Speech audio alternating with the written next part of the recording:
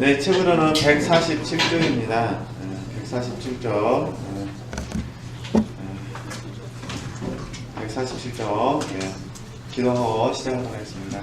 사랑의 하나님, 참으로 감사를 드립니다. 주님의 이름으로 함께 모여 믿음의 길을, 사랑의 길을 걸어갈 수 있도록 인도해 주심에 감사를 드립니다. 주님의 풍성한 생명과 하나님과의 연합을 통하여서 더욱더 저희들이 영원히 하나님 보실 때 바르게 성장할 수 있도록 도와주시고, 삶의 적용을 통하여 성령의 열매를 맺어드리는 복된 삶이 될 수 있도록 은혜 베풀어 주시옵소서. 예수님의 이름으로 감사하며 기도드립니다. 아멘. 네, 그 146쪽 그 제목을 좀 보고 147쪽을 보도록 하겠습니다. 영혼이 할 수 있는 최고의 활동. 제목 보이시죠? 네, 근데 이때 영혼은 우리의 영을 말하는 것이 아니라 혼을 말한다는 거, 그렇게 이해하시고 이제 그 147쪽부터 한번 읽어보도록 하겠습니다. 네. 147쪽을 보시면요, 주님께서는 나뉠 수 없는 단일한 분이십니다. 그분은 한 분이십니다.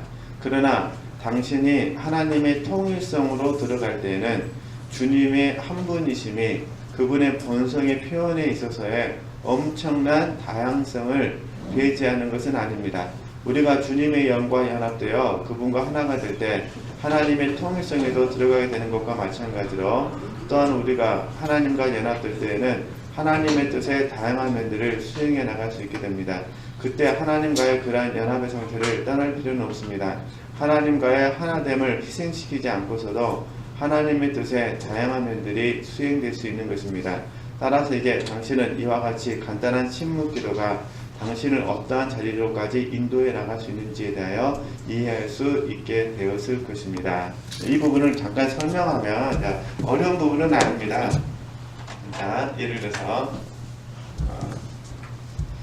저희가 이제 하나님을 설명할 때 삼위일체 하나님을 이야기하잖아요. 삼위일체 하나님. 삼위일체 하나님의 흐름을 간단하게 설명할 수 있는 방법은 본성은 한 분이시다. 그러니까 본성은 하나이면서 이게 일체가 되는 거죠. 그 다음에 위격은, 보통 쉽게 말하는 위격은 인격이거든요. 인격은 삼위, 세 분이시다. 이렇게 되는 겁니다. 그러니까 그 삼위 일체가 되는 겁니다. 그러니까 본성은 하나이고 위격은요, 세 개다. 그래서 성부 하나님, 성자 하나님, 성령 하나님, 이렇게 되는 겁니다. 그 대신 성부, 성자, 성령 삼위와 본성이 하나 되는 일체는 이렇게 구별은 되는데 분리되지는 않습니다. 제 의미를 아시죠? 구별은 되는데 분리되지 않습니다. 그러면 우리도 지금 영, 혼, 몸으로 되어 있잖아요. 그러니까 영, 혼, 몸이 구별되는 거지. 이해되시죠? 구별되는 거지 분리되는 거 아니다, 그런 부분입니다. 그러니까 우리가 영의 생각과 혼의 생각을 우리는 분별이라 하잖아요. 분별하는 것이지 정확하게 분리되는 것 아니다는 것. 단지 우리 저희들이 갖고 있는 경건서적은 한자를 많이 사용하시는 분들이 계시다 보니까 그분들이 이제 같은 말인데 구별, 분별, 분리 이런 개념 없이 자아가 죽을 때를 번역을 했습니다. 그래서 자아가 죽을 때는 영과 육의 분리라는 단어를 더 선호합니다. 그러니까 실질적으로는 이 분리라는 개념은 뭐냐면 분별, 구별이라는 개념입니다. 그래서 우리는 영이 무엇이고 혼이 무엇이고 몸이 무엇인지에 대해서는 구별할 수는 있지만, 이해되시죠? 분리하지 않고 이걸 어떻게 하는 거죠? 전인, 하나됨으로 이해하잖아요. 이게 통일성이거든요. 하나됨, 그죠? 이게 통일성. 그렇듯이 삼위일체 하나님도 본성은 한 분이시고 하나이면서 같은 분이시고, 그 다음에 위격, 인격이라는 부분은 성부, 성자, 성령, 이렇게 세 분의 인격으로 구성됐다는 거. 그러니까 우리가 삼위일체 하나님의 통일성 안에 들어가게 되면 저 여러분의 입장에서 봤을 때 지금 내게 말씀하신 분이 성부이신지, 지금 내게 말씀하신 분이 성자이신지, 지금 내게 말씀하신 분이 성령이신지를 알고 우리가 훈련을 받게 되는 겁니다. 그 이야기를 하는 거예요. 그러니까 우리가 기도를 통해서 하나님의 통일성 안에 들어가게 되면 하나님의 본성도 경험할 수 있지만 하나님의 인격, 이 삼위이신 하나님의 인격을 만남으로 말미암아 하나님의 생각과 하나님의 마음과 하나님의 뜻을 우리가 알고 활동할 수 있다, 그런 부분입니다. 그러니까 물론 영이 하는 거지만 영이 혼에게 전달했을 때 혼이 영감을 통해서 하나님의 생각과 마음과 뜻, 또 의지라고 그러잖아요. 이 뜻을 우리가 알 수 있다. 그러니까 하나님의 통일성 안에 들어가서 그분의 다양성을 우리가 이해할 수 있다, 그런 부분입니다.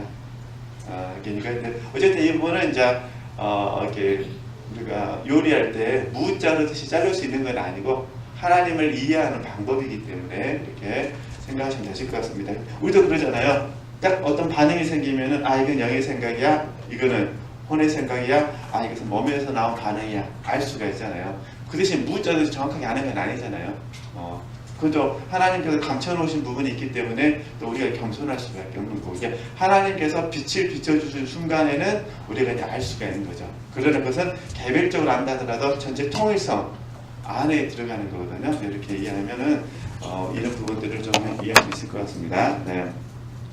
그럼 계속해 나가겠다 하니까 보도록 하겠습니다. 네, 계속해 나가겠습니다. 네. 당신 자신을 하나님의 영의 인도하심에 맡겨드리십시오. 그러니까 성령의 인도하심이죠.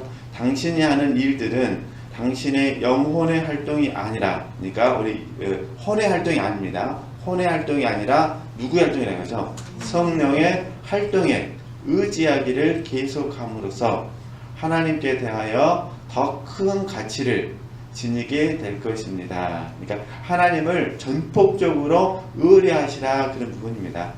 당신이 이 같은 방법으로 하는 것만이 하나님과 또한 이 땅에서의 하나님의 일에 대하여 가치가 있게 됩니다. 그럼 이걸 하나 예를 들어드릴게요. 우리가 이제 에스겔 37장 말씀, 제가 찾지는 않겠습니다만은 이제 에스겔 37장 말씀을 그냥 잠깐만 묵상하면은, 에스겔 37장 말씀에서 하나님께서 뭐라고 말씀하시냐면, 하나님께서 뜻을 정하셔가지고 에스겔에게, 이스라엘에게 선포하십니다.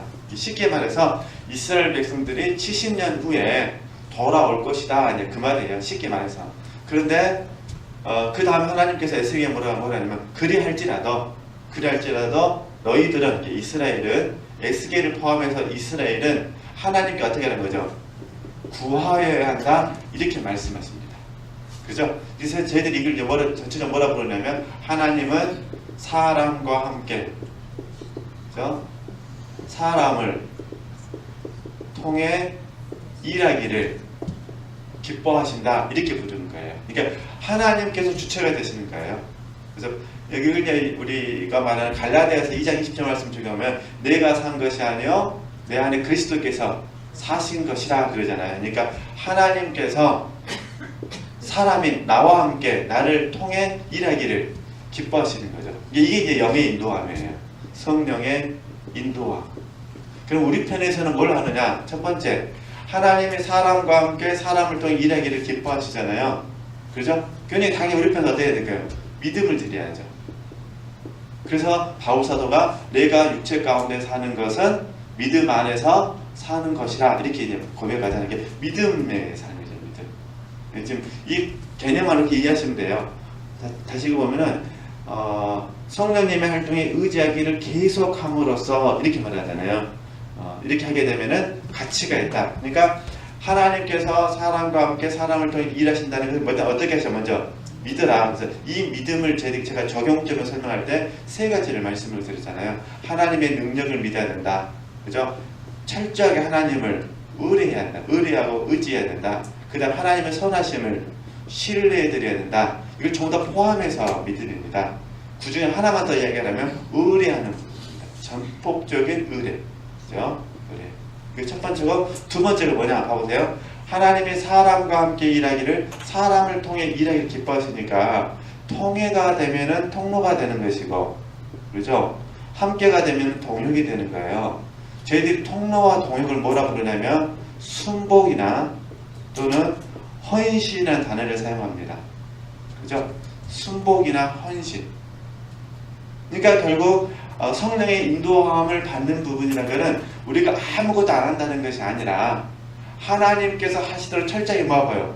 의뢰하고 하나님의 뜻을 알았으니까 그 뜻이 이루어지도록 뭐라는 거죠? 기도할 때는 기도하고 순종할 때는 순종하고 복종할 때는 복종하고 더 할 수만 있다면 뭐까지 했으면 좋겠습니까? 주를 위해서 나를 내어드리는 헌신의 자리까지 가면 좋겠다 그런 부분입니다. 네. 그래서 이 믿음의 문제와 통로동의 믿음의 문제와 순복과 헌신의 문제가 함께 맞물려 있습니다. 그래서 사실 우리가 하나님은 사람과 함께 일하시고 사람을 통해 일하기 기뻐하신다. 이 공과를요 천천히 설명하면 한 4시간을 해야 됩니다. 그런데 우리 지체들은 오랫동안 훈련하셨기 때문에 굳이 4시간 할 필요도 없이 그냥 지금 후딱딱 끝내버렸는데 그러지 않냐면은 하나님이 이걸 배우는 것이 한 20년 걸리거든요. 아니요, 내가 하는 것이 아니라 그래서 다음에 한번 제 시간이 없어서 그런데 하여튼 제가 다음에 녹음은 내년에 되면 갈라디아서 2장 20절 말씀, 갈라디아서 5장 24절 25절 말씀 26절 이랬다 또 진짜 못 나가버리는데요. 어떻게 하죠? 네. 그냥 나왔으니까 이제 잠깐만 설명해 드릴게요. 진짜 못 나가더라도 중요한 부분이니까요. 그 갈라디아서 2장 20절 말씀을 한번 잠깐 같이 한번 읽어볼까요? 처음에 어떻게 하죠? 내가 그리스도와 함께 십자가에 죽었습니다. 그거 배우시잖아요. 그죠? 그다음 두 번째가 내가 산 것이 아니요 내 안에 그리스도께서 사신 것입니다. 세 번째 내가 육체 가운데 그잖아요. 육체 가운데 사는 것은 나를 사랑하사 자기 몸을 나를 죽이신 예수 그리스도를 믿는 믿음 안에서 사는 것이다. 이렇게 설명되잖아요. 그죠? 그럼 봐보세요. 갈라디아서 2장 20절 말씀에 이게 바울의 고백이고 갈라디아서 5장 24절에서 26절 말씀 물론 이제 16절부터 시작을 해야 되는데 이 말씀은 바울 사도가 갈라디아 교인들에게 권면해 주는 말씀입니다. 그러니까 어떻게 보면은 바울 사도의 입장에서는 갈라디아서 2장 20절 말씀 이게 본인의 고백이니까 본인의 실제 안에 갈라디아서 5장 16절부터 시작해서 26절까지 이 메시지가 그대로 포함이 되어 있습니다. 자, 그러면 이제 천천히 보면 일단은 16절부터 볼까요? 네. 제가 이렇게 설명해 드리는 것은 우리 성령의 인도함을 받는다는 것이 혼의 입장에서 봤을 때 최고의 활동이라는 거예요. 그러니까 혼이 아무것도 안 한다고 생각하시면 안 된다 그 말입니다. 그러면 수동적 상태에 빠져버립니다. 그러니까 중요한 부분은 에스겔 31장을 이해하시면 됩니다. 하나님이 약속하셨다 하더라도 반드시 우리는 뭐 해야 돼? 하나님께서 이루시도록 구해야 돼. 그게 의뢰다 그런 부분이에요. 그래서 영의 인도함을 받는 과정을 설명하다 하자 믿음을 이야기하다 보니까 이걸 또 설명을 해야 될 것 같아요. 왜냐면 믿음 안에서 하는 것이라 그랬잖아요. 이걸 설명하다 보니까 또 지금 진도가 다시 이제 다른 데로 가버렸는데 그게 중요한 부분이니까 그러면 이제 16절부터 제가 잠깐 설명해 드릴게요. 16절 말씀에서 성령의 소욕을 조출하라고 말합니다. 16절에서 17절에서 어떻게 되죠? 육체의 소욕과 성령의 소욕에 대해서 이야기를 합니다. 육체의 소욕과 성령의 소욕. 그리고 나서 18절 말씀 어떻게 되죠? 성령의 인도함에 대해서 이야기합니다. 그리고 19절에서 21절에서 육체의 일은 현저하니 이렇게 이야기하시면서 뭐라고 말씀하시냐면은 이런 사람들은 하나님의 나라를 들어가는데 하나님의 나라를 유업으로 받을 수 없다. 이게 봐보세요. 갈라디아 교회는 두 종류로 나눠진 거예요. 구원은 받았는데 육체의 일을 하는 사람, 그 다음에요 성령의 일을 하는 사람. 그래서 22절에서 23절 말씀에 성령의 열매를 얘기합니다. 그리고 24절 말씀에 예수 그리스도를 믿는 사람들은 십자가에서 그죠? 육체와 그 다음에 그 정이거든요. 이게 육체의 정이에요. 그죠? 이거 육체의 정. 보통 이제 최근 번역에서는 이 정을 정력으로 번역합니다. 그 다음에 육체와 그 정과 욕심. 욕심은 탐심. 탐심은 십자가에 어떻겠습니까? 못 박혔습니다. 그래서 옷 바뀌었으니까 25절 어떻게 되는 거죠? 성령으로 살면 성령으로 행하게 되어 있습니다. 그렇죠? 근데 26절 말씀 보니까 어떻게 하고 있어요? 성령으로 살면 성령으로 행해야 되는데 성령을 행하지 않고 육체를 행하고 있어요. 헛된 영광에 사로잡혀서 시기와 격동이 있는 거죠. 그러니까 쉽게 말해서 성령으로 산다고 하면서 어떻게 뭘로 행하고 있으면 육체로 행하고 있다, 그런 부분입니다. 근데 이 부분을 이제 갈라디아서 말씀하고 이제 연결을 하려고 하는데 일단 이 먼저 설명하고 갈라디아서 들어갈게요. 봐보세요. 성령의 소욕을 쫓게 되고 성령의 인도한 바가 되면 자연스럽게 뭘 맺을 수가 있을까요? 성령의 열매로 가게 되죠. 그죠? 이게 그럼 이걸 갈라디아서 2장 20절 말씀을 설명하면 나는 십자가에 죽었습니다. 그 주님이 나를 대신해서 하십니다. 나는 믿음으로 삽니다. 그러니까 그게 결국 어떤 삶이냐? 성령의 소욕을 쫓는 삶, 성령의 인도함을 받는 삶, 그 다음에 이 부분이 뭐냐? 성령으로 살고 성령으로 행하는 삶. 이렇게 살게 되면 어떤 열매를 맺는 거죠? 성령의 열매를 맺는 거예요. 근데 육체의 소욕을 쫓아버렸어요, 내가. 그죠? 육체의 소욕을 쫓게 되면 당연히 이제 무슨 일을 하게 될까요? 육체의 일을 하게 되겠죠. 그러면 육체의 일이 어떻게 나타나느냐? 26절이 되는 거죠. 헛된 영광을 구하고 시기와 격동이 있게 되는 거죠. 이해되셨죠? 네. 그래서 이제 여기서 이제 여러 가지 설명하셨지만 첫 번째 이제 제가 나누신 부분은 하나님의 나라를 유업으로 받지 못한다. 두 번째 제가 굉장히 은혜 받은 부분이 있어요. 지금 우리 성령의 열매로 보면은 22절, 23절 말씀이 성령의 열매라고 말씀하시잖아요. 성령의 열매. 이거 내 열매가 아니거든요. 주님이 나를 통하여 사심으로 말미암아 맺으신 주님의 열매예요. 근데 이게 요한복음 15장으로 가잖아요. 요한복음 15장으로 가게 되면 하나님은 어떻게 보시냐? 이 열매를 내 열매로 봐주셔요. 이게 저와 여러분에게 소망이 되는 거예요. 그러니까 하나님께서 보실 때는 내 열매가 되고 우리가 볼 때는 성령의 열매가 되는 거죠. 이해되시겠죠? 그러니까 혹시 우리가 서로에게 나쁜 영향력이 아니라 좋은 영향력을 맺는다면 사람의 열매가 아니라 성령의 열매라는 거예요. 근데 하나님은 그 열매를 누구 열매로 보신다고요?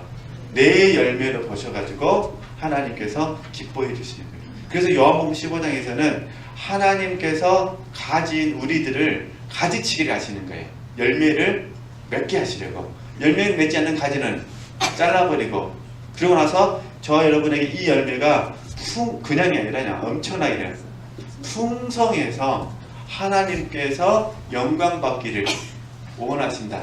네, 이게 성령의 열매이겠지만 결국 이 삶을 살기 위해서는 내가 뭔가를 해서 되는 것이 아니라 주님이 나를 통하여 사시고 주님이 나와 함께 사시는 삶이 중요하다. 이해되셨죠? 그래서 이렇게 이 구조를 이해하시고 좀 소망을 가지셨으면 좋겠어요. 단지 우리가 조심해야 될 부분은 성령으로 살아도 성령으로 행해야 되는데 문제는 성령으로 산다고 하면서 뭘 행하죠? 육체로 행하네. 그래서 성령으로 살면 이 부분은 믿음의 고백이에요. 믿음. 그죠? 내가 육체 가운데 사는 것은 예수 그리스도를 믿는 믿음 안에서 사는 것이다. 이게 성령으로 살면 이건 뭐의 문제라고요? 믿음의 문제예요. 믿음. 물론 이제 좀 우리식으로 설명은 존재라고 설명할 수도 있겠죠. 믿음과 존재의 문제라면 성령으로 행하는 부분은요, 상태의 부분이에요. 상태. 그러니까 바울 사도가 걱정해 그거예요. 너희들이 성령으로 산다고 말을 하면서 어떻게 너희들이 지금 육체로 행하고 있느냐. 그래서는 안 된다. 그죠? 그러니까 우리도 우리 스스로에게 보는 겁니다. 내가 하고 있는 어떤 행동이 다른 사람이 보기에 안 좋은 모습이거나 하나님께서 보실 때 영이 아니라고 감각시켜 주신다. 난 지금 어떻게 하는 거죠? 육체로 행하고 있는 거죠. 그러니까 이런 부분들 이해하시면 됩니다. 근데 이제 이 구조를 이야기하려고 했던 건 아니고요. 그럼 이제 이 부분하고 같이 좀 연결해서 보려고 그래요. 자, 그러면 내가 십자가에서 죽었습니다. 그러니까 갈라디아서 2장 5장 14절 말씀 어떻게 되는 거죠? 육체와 함께 그 정과 욕심이 십자가에서 죽었습니다. 이 부분이에요. 내가 십자가에서 죽었습니다 라는 부분이 되겠죠. 그러면 이제 내가 산 것이 아니요 예수 그리스도께서 나를 사신 것이다. 이게 25절이 되는 거죠. 그죠? 임차 말씀드렸잖아요. 성령으로 살면 성령으로 행한다. 믿음의 문제라는 거예요. 이게 바울 사도에게는 믿음과 상태가 거의 같았는데 우리는 점검해 보는 거죠. 나는 지금 내가 사는 것이 아니라 예수 그리스도께서 사신다고 말하지만 이 부분에 있어서 과연 나는 믿음과 실제가 같은가 이렇게 점검해 보는 거예요. 그 다음에 이제 처음에 다시 내가 된 나는 옛사람입니다. 옛사람. 그러니까 아담 안에 있는 나, 아담 안에 있는 나. 그렇죠? 그러니까 옛사람은 육체와 함께 정과 욕심을 십자가에 못 박는 겁니다. 그래서 이때 이 육체를 뭐라면 죄 짓는 본성이라고 말합니다. 죄 짓는 본성. 이 육체는 이게 저 육체는 어쩔 수가 없어요. 죄를 지을 수밖에 없는 본성. 그죠? 그 정이라는 것은 그 육체에서 나오는 정욕. 물론 어떤 분들은 이 정을 애정까지도 집어넣으신 분이 있어요. 어떤 분들은. 그죠? 우리가 인간관계에서 정 있잖아요. 하나님의 말씀을 거스리는 그 정.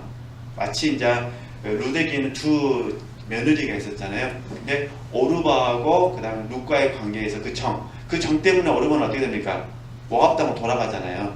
그 정을 못 나가지고 그렇게 해서 애정이라고 표현하신 분도 있으시고 또 현대 성경은 정욕이라고 번역을 하죠. 그 다음에 이 욕심은 탐심. 세상과 세상 것들로도 마귀가 주는 탐심 있잖아요.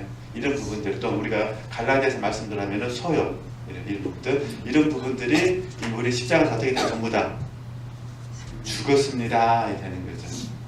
그래서 25절 말씀을 적용하는 겁니다. 그런데 그러면 이제 중간 부분에 내가 나도 이 사람입니다. 그 다음에 내가 육체 가운데 사는 이때 나는 뭐겠습니까? 이때 나는 새 사람입니다. 그러니까 새 사람, 예수 그리스도 안에 있는 나, 예수 그리스도 안에 있는 내가 영적 의지죠. 예수 그리스도 안에 있는 내가 이 몸, 이 육체가 어떤 육체였습니까? 죄 짓는 본성, 그 다음에요 정욕, 그 다음에 탐심, 욕심, 이 모든 것을 갖고 있는 육체 가운데 사는 것은 그 말이에요. 예수 그리스도를 믿는 믿음. 이게 나를 사랑하사 자기 몸을 내어주신 예수 그리스도를 믿는 믿음 안에서 뭐 하는 거죠? 사는 것이다. 그죠? 그래서 이 믿음을 제가 능력, 의뢰, 그 다음에 하나님의 선하심 이렇게 설명해 드린 거예요. 이걸 통틀어서 뭐라고 한다고 하죠? 성령의 인도함이라고 부르고 그를 갈라디아서 5장 25절에서는 성령으로 살고 성령으로 행한다 이렇게 부른다 그런 부분입니다. 그죠? 그러면 이제 믿음이 이제 우리가 잘 아는 빌립보서 말씀과 연결되면 빌립보서 3장 말씀하고 연결되면 이제 바울은 이렇게 말합니다. 내가 율법에서 난 의가 아니라 하나님의 믿음 안에서 난 하나님의 의 안에서 자기 자신이 발견되기를 원한다 이렇게 말합니다. 근데 결국은 뭐냐면 참 제 믿는 저희들 입장에서는 힘든 게 있어요. 첫 번째는 육체를 이겨야 돼요. 그 다음에 이제 잘 이기겠습니다. 그러면 뭐에 문제가 있냐? 내 삶의 신앙생활 방식이 율법적 신앙생활인가 아니면 복음적 신앙생활인가?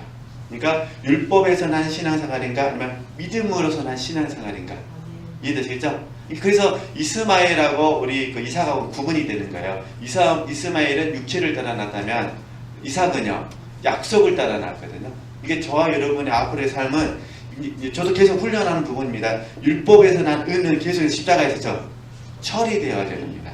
그리고 계속 믿음 안에서 하나님의 의 안에서 저와 제 자신이 발견이 되어야 됩니다.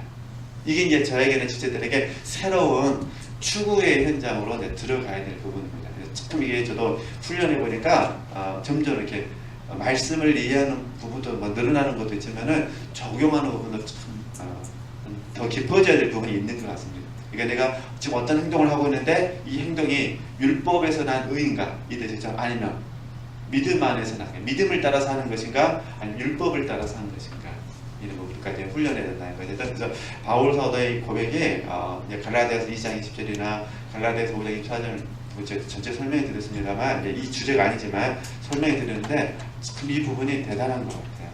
그리고 이 흐름 안에서 우리 지체들이 성령의 열매를 공부하시면은 훨씬 더 좋으시죠.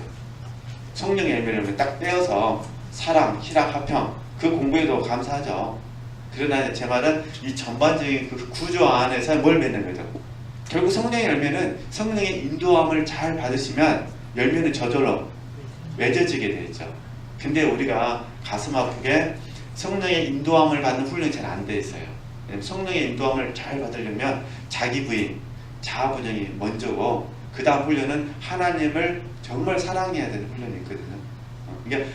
그래서 사랑이 제일 먼저 순서에 있는 것 같아요. 이렇게 이해하시고 한번 다음에 또 지체들과 함께 성령의 열매를 공유할 기회가 생긴다면 음성 파일을 뭐 제가 이렇게 드린다든가 이렇게 해서 있는데 이런 물론 이게 부분 제가 강조해서 강의를 했는데 이번에 이제 LA에서 전체적으로 한번 강의를 할 기회가 생겨가지고 강의를 해서 우리 지체들에게 좀 이렇게 이양도 인도함 문제가 나와서 말씀을 잠깐 들어본 부분이니까 성령의 인도한 부분은 굉장히 어떤 자리라는 거죠? 심오한 자리입니다.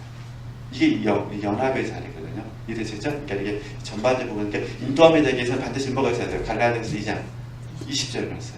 그렇죠? 그래서 요한복음 15장도 마찬가지예요. 너희가 내 안에 거하면 우리가 주님 안에 거해야 되잖아요. 우리가 주님 안에 거한다는 게 뭐냐? 자기 부인 자아부정이라고 배우셨잖아요. 그죠? 이렇게 이해하시고 이렇게 전부 다 이게 바울은 바울대로 요한은 요한대로 설명하지만 우리가 우리 경험을 통해서 한번 정리해 보셨으면 좋겠다. 근데 제가 묵상해 보니까 이 부분이 혼의 입장에서는 굉장한 활동이라는 거예요. 쉽게 말해서 혼은요 자기에게 몰두하는 것이 아니라 이해되시겠죠? 성령께 몰두하게 됩니다. 그래서 이게 왕성한 활동을 하는 거죠. 나를 위해서 힘을 쏟는 것이 아니라 성령께서 오너하시는 것에 힘을 쏟는 거예요. 질문을 하셨죠?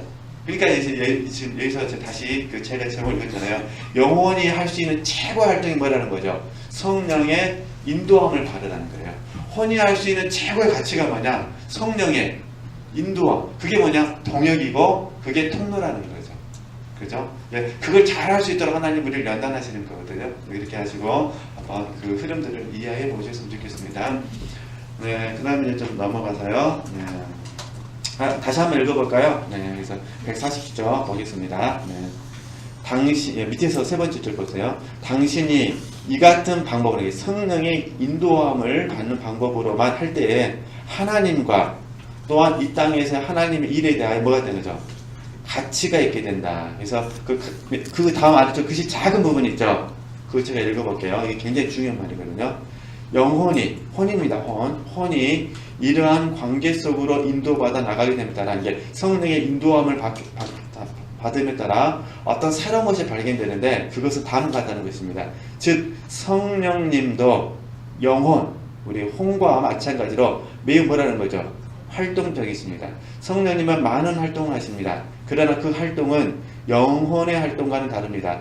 당신이 주님에 의하여 감동받아 움직일 때는 그러한 활동이 당신 자신의 본성의 활동인 경우보다 훨씬 더 뭐라는 거죠? 활력적이게 됩니다.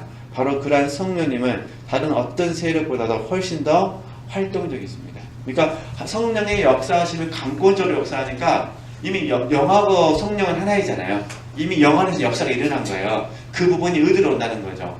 혼에게 온다는. 이게 기도할 때 혼이 아무것도 안 한 것처럼 느껴지지만 실제적으로 아무것도 안 한 것이 아니라 성령이 완전히 지금 혼이 사로잡혔어요. 그게 제가 그쪽을 말씀드린 생각과 마음과 의지, 일치가 돼버리는 거죠. 그래서 그분이 원하시는 것이 내가 원하는 것이고 그분이 기뻐하는 것이 내가 기뻐하는 것이 되고 그게 하나님께서 보실 때 가치 있는 것이라는 거죠. 그 나머지는 죽고 썩을 것에 불과하다는 것. 이걸 발견하게 되면은 깊이라는 부분이 더 우리에게 소중하게 다가오는 거죠. 그렇게 이해하시면 되실 것 같습니다. 네. 네, 그 다음에요. 네. 148쪽을 보시겠어요? 148쪽. 네. 네. 영혼의 평온을 견지하는 혼의 평온입니다. 네. 그래서 이제 이러한 사실을 하나님의 관점에서 살펴보겠습니다. 만물이 그로 말미암아 지은 바 되었으니 지은 것이 하나도 그가 없이는 된 것이 없느니라. 태초에 말씀으로 사람을 지으신 분도 바로 하나님이셨습니다. 하나님께서는 자신의 형상으로 인간을 만드셨습니다. 하나님께서는 영이십니다. 그분은 인간에게도 한 영을 주사 하나님께서 친히 인간에게로 오셔서 자신의 삶을 인간의 삶에 섞을 수 있게 하셨습니다. 물론 이것은 인간의 타락 전 상황이었습니다. 타락하면서 인간의 영혼은 죽게 되었습니다. 하나님께서는 인간의 영으로 들어갈 수 있는 여지가 없어지게 되었고 인간은 하나님의 생명과 형상을 유지할 수 있는 능력을 상실하게 되었습니다. 복음의 기초에서 공부하셨기 때문에 제가 따로 설명하지 않겠습니다.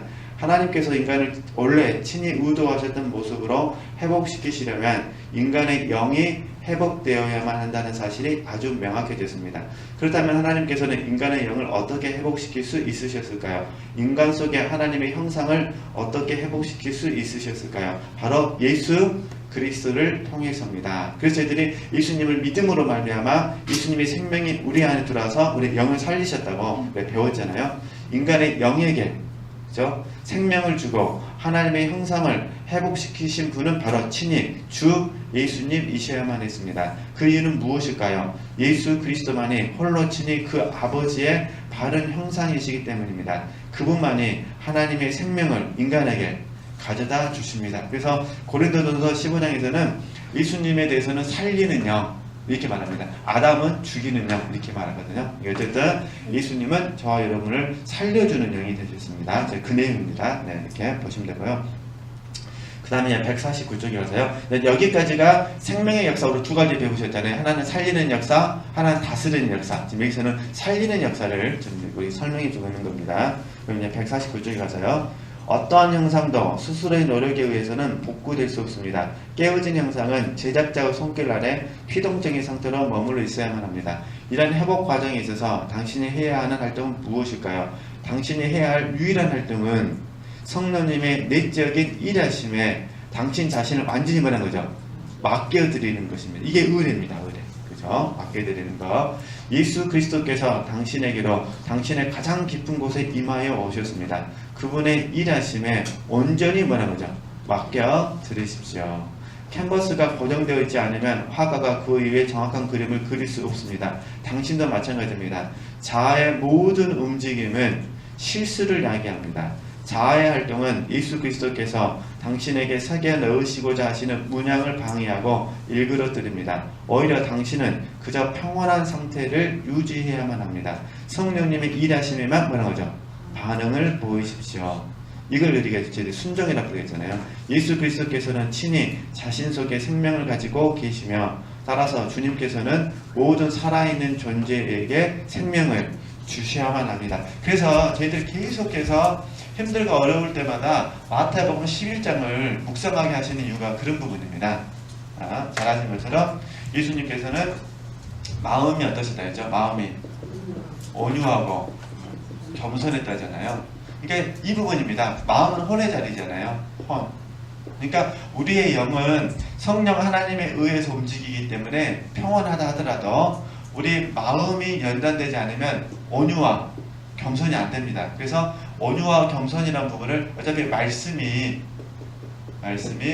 예수 그리스도시기 때문에 그죠? 또 영이고 생명이기 때문에 말씀이 우리 영 안에 뿌려지게 되면 저와 여러분은 그 말씀으로 인해서 겸손과 온유가 주어져야 됩니다. 그래서 이때 무엇이죠? 이때 쉼이 주어지죠. 평온. 그죠? 이 평온한 가운데 하는 게 뭐냐? 하나님의 뜻이 내 뜻이 되어지면서 하나님의 뜻이 이루어지기를 우리가 소원할 때, 이건 믿음의 문제잖아요. 이럴 때 이제 저 여러분의 삶이 가장 가치 있는 삶이 되는 겁니다. 이 얘기를 하고 있는 거예요. 그러니까 어떤 반복된 이야기입니다만, 네. 그래서 전적 우존의 원칙을 적용해 주라는 거예요. 전적 우존. 그래서 뭐 책에서는 전적 우존 그러는데요. 제 훈련을 해서는 전적 의례라고 그러잖아요. 그러죠? 그래서 저희들이 전적 의례라고. 그래서 이 부분을 저희들이 뭐라 그러냐면 십자가의 체험이라고 그러죠. 십자가의 체험. 그러니까 십자가의 체험을 날마다 경험함으로 말미암아 점점 깊이를 알아가시는 분들은 하나님을 점점 어떻게 할까요? 점점 전적으로 의뢰하게 되겠죠. 이해되시겠죠? 의뢰. 그래서 이렇게 되어지면 어떻게 되냐? 이미 지금 하고 계시는 거예요. 나는 아무것도 할 수 없습니다. 그죠? 나는 어떤 것도 하려고 하지 않겠습니다. 이렇게 되어지는 거죠. 근데 이것만 배우면 큰일 납니다. 이것만 배우면 수동적 상태에 빠집니다. 그래서 여기에 하나 더 배우는 것이 내가 주님과 함께 십자가에 죽었습니다 하면 이때 이걸 배우시는 겁니다. 이게 주님이 나를 통하여서 하셔야 되잖아요. 믿음이 들어오게 되면 믿음, 의뢰, 전적인 의뢰, 전적 의뢰라는 이 부분이 적용되면 어떻게 되냐? 나는 아무것도 할 수 없는데 하나님은 모든 일을 하실 수 있습니다. 그리고 나는 어떤 것도 하려고 하지 않습니다. 아니라 하나님이 원하시면 나는 모든 것을 할 수 있습니다. 이렇게 바뀌어야 되죠. 이게 여기까지 와야 돼요. 근데 많은 분들이 이 앞에 있는 공간만 배우다가 멈춰버리죠. 그러니까 여기에 뭐가 찾아오나? 무기력이 찾아오죠. 이러면 안 됩니다. 그래서 이런 개념이 우리가 잘 아는 빌립보서 4장 13절 말씀입니다. 그렇죠? 어떻게 되죠? 빌립보서 4장 13절 말씀이 내가 예수 그리스도 안에서 모든 것을 할 수 있다 그러잖아요. 그렇죠? 그러니까 성장은 내가 하는 것이 아니라 믿음. 하나님을 의뢰하는 부분입니다. 하나님을. 그러니까 하나님은 모든 일을 하실 수 있고 하나님이 원하시면 나는 모든 것을 할 수 있는 거예요. 왜냐하면 나는 통로고 나는 하나님의 동역자이기 때문에 이렇게 적용을 하셔야 됩니다. 그래서 이거를 날마다 배우는 거예요. 깊이. 그래서 저도 그렇고 지체들도 그렇고 깊이 있게 배웁니다. 가만히 생각해보면 그런 것 같아요. 제가 훈련 받을 때 좀 약간 이렇게 완전 겸손모드로 이야기하면은 훈련 받을 때는 그냥 1%나 배우는가 모르겠어요. 이렇게 훈련 생활에 있었을 때. 그러다가 좀 더 시간이 지나고 나서 어떻게 됐을까요? 다시 이걸 더 5% 깨닫고 또 좀 있으니까 한 10% 깨닫고 이거 다 깨달을 때마다 보니까요. 하나님이 저를 전부 로뎀나무에 집어넣으시더라고요. 참 이게 지식하고 실제가 이기타입니다. 꼭 로뎀나무에 집어넣어가지고 나는 아무것도 할 수 없습니다. 차라리 나를 죽여 주시어도 그러시죠? 로뎀나무 들어가면 어떠세요? 빨리 죽어버려야죠. 그래 로뎀나무 나오면 어떻습니까? 내가 죽긴 해 죽고 100세 세상에 더 살아야지. 그래서 하나님께서 저에게 나온 지체들에게 엘리야의 실패를 감출 수도 있는데 감추지 않으시고 우리에게 보여주셔가지고 우리로 하여금 변명하거나 타협하지 않고 이게 로뎀나무에서 어디로 가야 돼요? 호렙산으로 가야 되잖아요. 그죠? 그러니까 그러듯이 하나님께서 우리에게 그러니까 나는 아무것도 할 수 없습니다. 나는 어떤 것도 하려고 하지 않습니다. 이래 보면 이제 로뎀나무에 계신 거예요. 그렇죠? 우리 이제 로뎀나무에서 어디로 가야 된다고요? 호렙산으로 가야 돼요. 호렙산 가면 어떻게 됩니까? 하나님은 모든 일을 하실 수 있습니다. 하나님은 원하시면 모든 것 하나님 원하시면 나는 모든 것을 할 수 있습니다. 이렇게 바뀌어야 되겠죠. 그게 엘리야가 엘리사에게 찾아가지고 제자를 삼고 그 공동체를 만들어 가잖아요. 아무것도 없었는데 그러잖아요. 먹을 것도 없던 생각을 보세요. 먹을 것도 없던 엘리야가 집을 짓고 제자들을 가르치고 그렇게 되잖아요. 그 부분 하나님의 이대하신 은혜가 있었던 것 같아요. 이렇게 적용하시면은 저도 그렇고 우리 지체들도 그렇고 어쨌든 이렇게 한번 적용하시면 되실 것 같습니다. 그래서 문제는 저와 여러분이 한쪽에만 너무 치우치시면 안 됩니다. 그래서 어쨌든 우리는 한쪽이 아니라 균형을 잡을 수 있도록 진도를 많이 못 나갔는데요. 이렇게 하시고 그래서 제가 이제 다음 주에 이제 전적 우전의 원칙 이 부분을 제가 이제 좀 굉장히 조심스러운 게 뭐냐면 우전을 잘못 적용하면은 은혜 중독자가 되거든요. 그러니까 수동적 상태에 빠진다는 거예요. 집에서 자녀가 엄마나 아빠를 의지해버리면 지나치게 의지해버리면은 아무것도 안 하려고 합니다. 그러면 부모님 입장에서는 속상하시잖아요. 때가 되면 밥을 먹어야 되는데 밥을 안 먹어요. 엄마 올 때까지 뭐 하고 있어요? 굶고 있어요. 그럼 열 받으세요? 안 받으세요? 뭐 해먹어도 열 받지만은 해먹고 청소 안 해놓으니까 그렇지만은 아무도 안 하고 그냥 벌벌벌 떠고 있어요. 그래서 추우면 보일러를 틀었는데 엄마 올 때까지 보일러도 안 틀고 가만히 있어요. 승리라면 승리 안 합니다. 일어나가지고 한 번만 누르면 되는데 그것도 안 눌러요. 그러잖아요. 근데 이렇게 잘하는 애들이 50 먹어갖고 이해되시겠죠?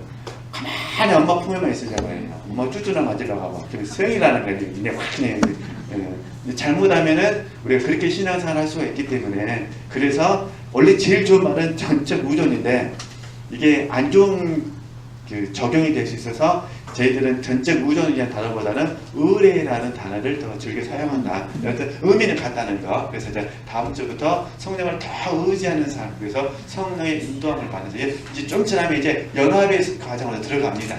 연합에 설명하기 위해서 얘는 공부를 하는 거니까요. 그렇게 하시고 또 읽어가시고 오셨으면 좋겠습니다. 하나님께 영광 돌리겠습니다.